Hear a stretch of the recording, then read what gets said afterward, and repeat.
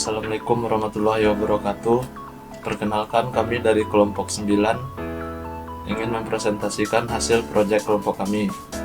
Perkenalkan, nama saya Bagas Bintang Prawira dengan NIM 241210029. Tugas saya di sini membantu membuat laporan dan mengedit video.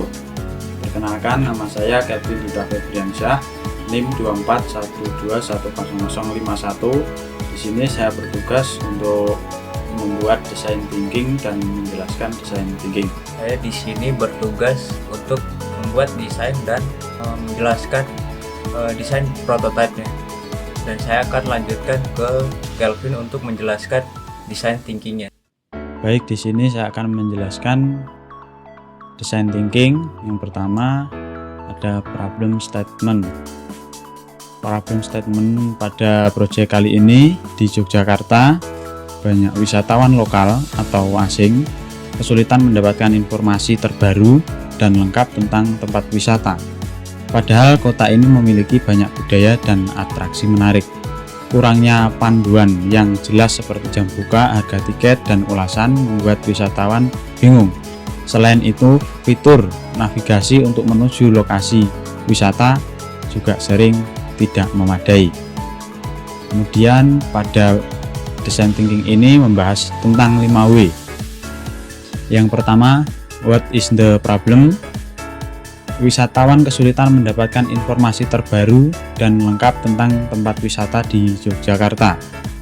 Kemudian penjelasnya, informasi penting seperti jam operasional, harga tiket, ulasan, pengunjung, hingga fitur navigasi sering tidak tersedia atau tidak memadai.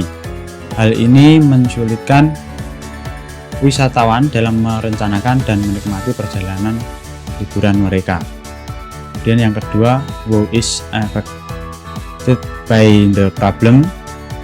Wisatawan lokal maupun asing yang berkunjung ke Yogyakarta.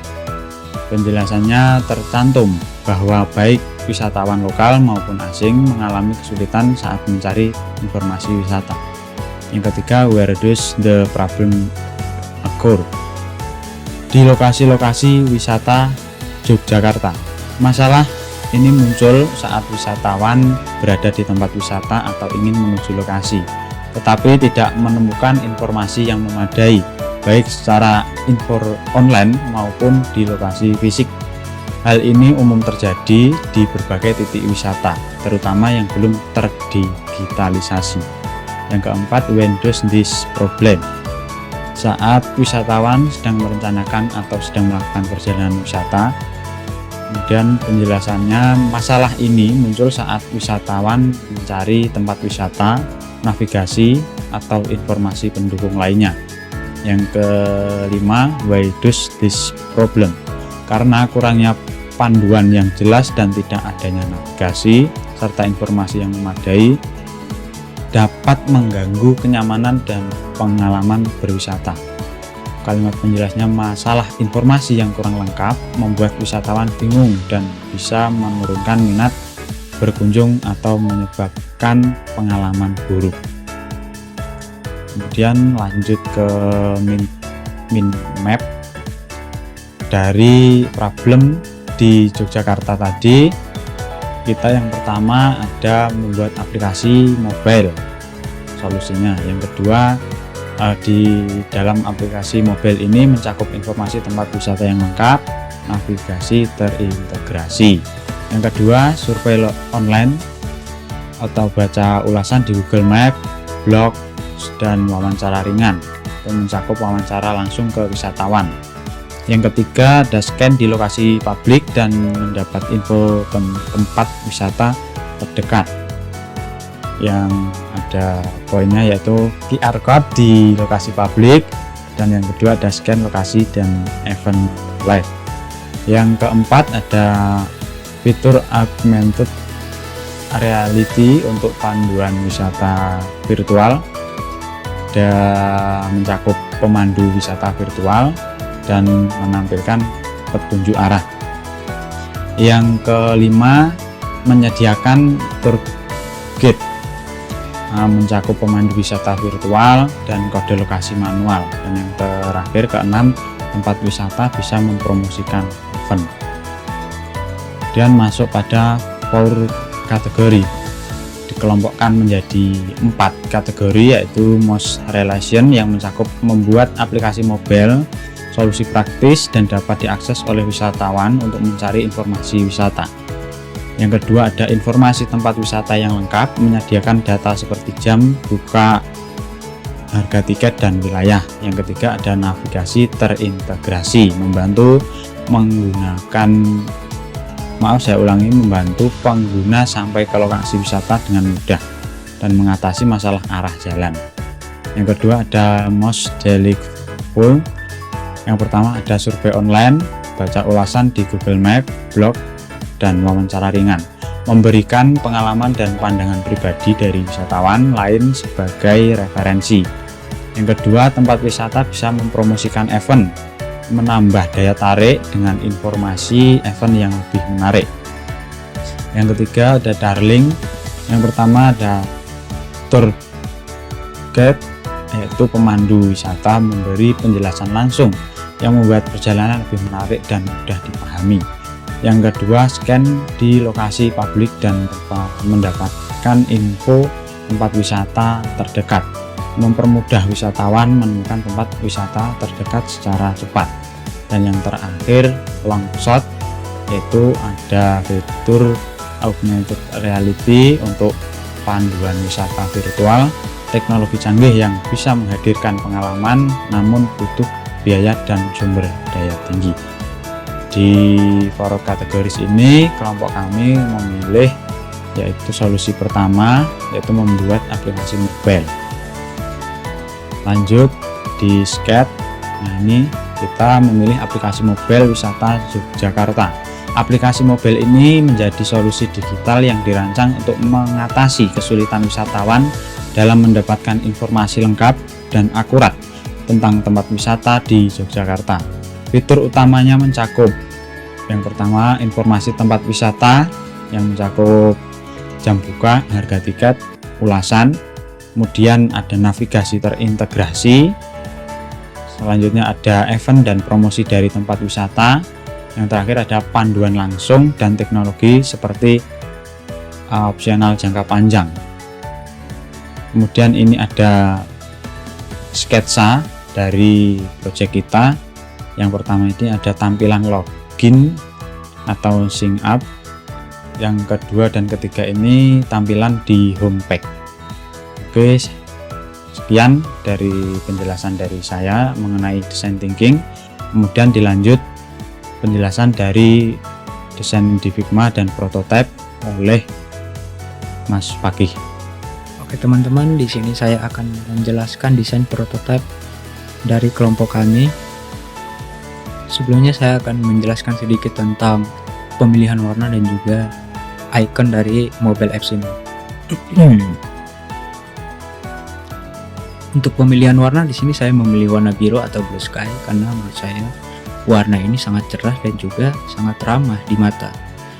Dan untuk pemilihan icon saya di sini membuat icon skuter karena menurut saya icon skuter ini melambangkan sebuah mobilitas dan juga memaknakan sebuah gaya hidup dan juga perjalanan.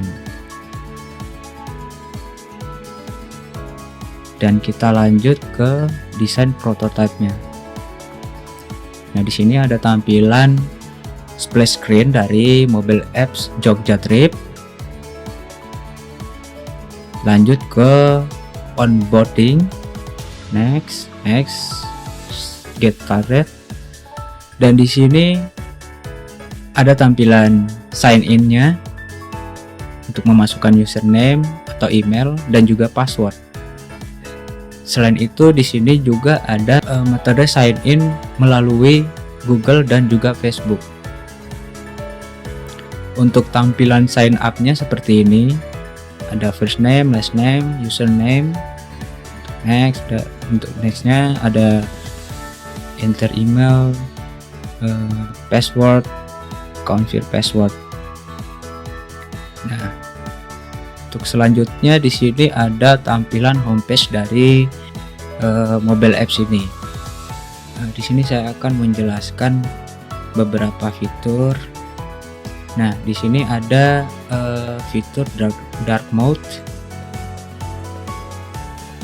dan di sini juga menampilkan fitur cuaca untuk memudahkan para wisatawan lokal dan juga wisatawan asing melihat cuaca di sekitaran Yogyakarta. Dan di sini ada trip, hotel. Kenapa saya di sini menambahkan hotel? Karena menurut saya para wisatawan dalam perjalanannya pasti akan cari hotel atau penginapan. Jadi saya di sini menambahkan hotel, menu hotel. Dan yang selanjutnya di sini ada transport dan juga maps. Di sini ada maps yang terintegrasi langsung dari Google Maps.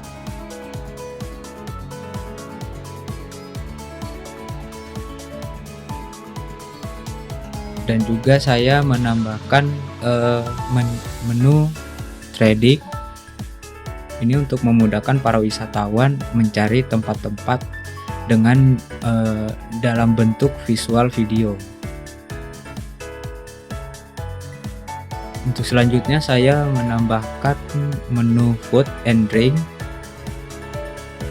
Di sini para wisatawan juga bisa mencari beberapa makanan atau minuman khas dari Yogyakarta. Tujuan saya membuat food and drink ingin memajukan UMKM yang ada di Yogyakarta. Di sini ada tampilan search, rekomendasi food and drink, dan juga popular food and drink. Saya coba klik untuk tampilan detail dari makanannya. Di sini ada nama makanan, terus jam buka restorannya, lokasi, rating, dan juga harga. Untuk more detailnya atau detail lainnya, kita bisa mengklik tombol ini dan muncul seperti ini. Di sini ada about, overall rating yang meliputi taste, tekstur, appearance, dan juga price. Di sini ada foto-foto dari makanannya, terus juga review. Dan kita juga di sini bisa langsung check out ya, yang akan nanti akan teruskan ke payment.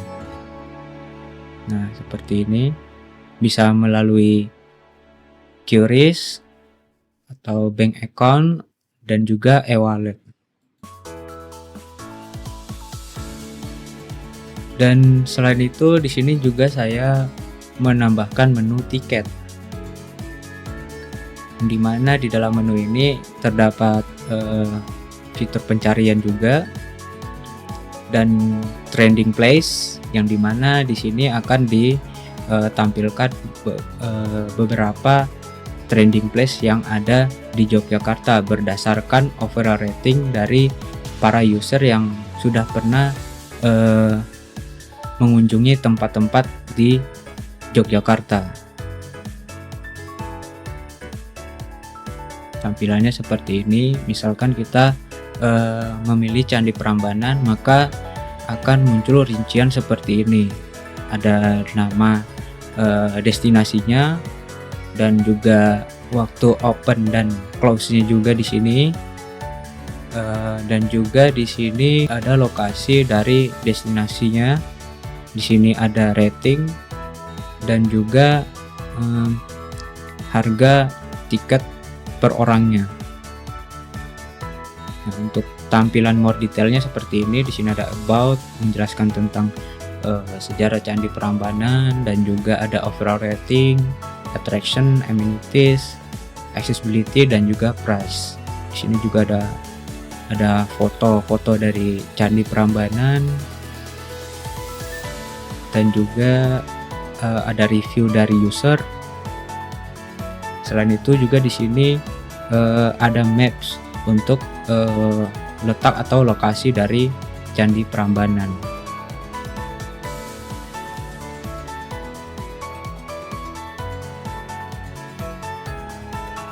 Dan di sini juga saya menambahkan fitur bahasa, dan untuk sementara di sini bahasa saya menggunakan 2 bahasa, yaitu English dan Indonesia.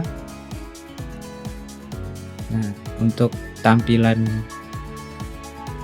bahasa Indonesia seperti ini. Untuk tampilan bahasa Inggris ya seperti tadi ya. Dan di sini juga ada fitur dark mode. Di dalam menu ini ada setting, payment, help center, dan juga logout. Itu saja presentasi prototipe dari kelompok kami. Saya ucapkan sekian dan terima kasih. Assalamualaikum warahmatullahi wabarakatuh.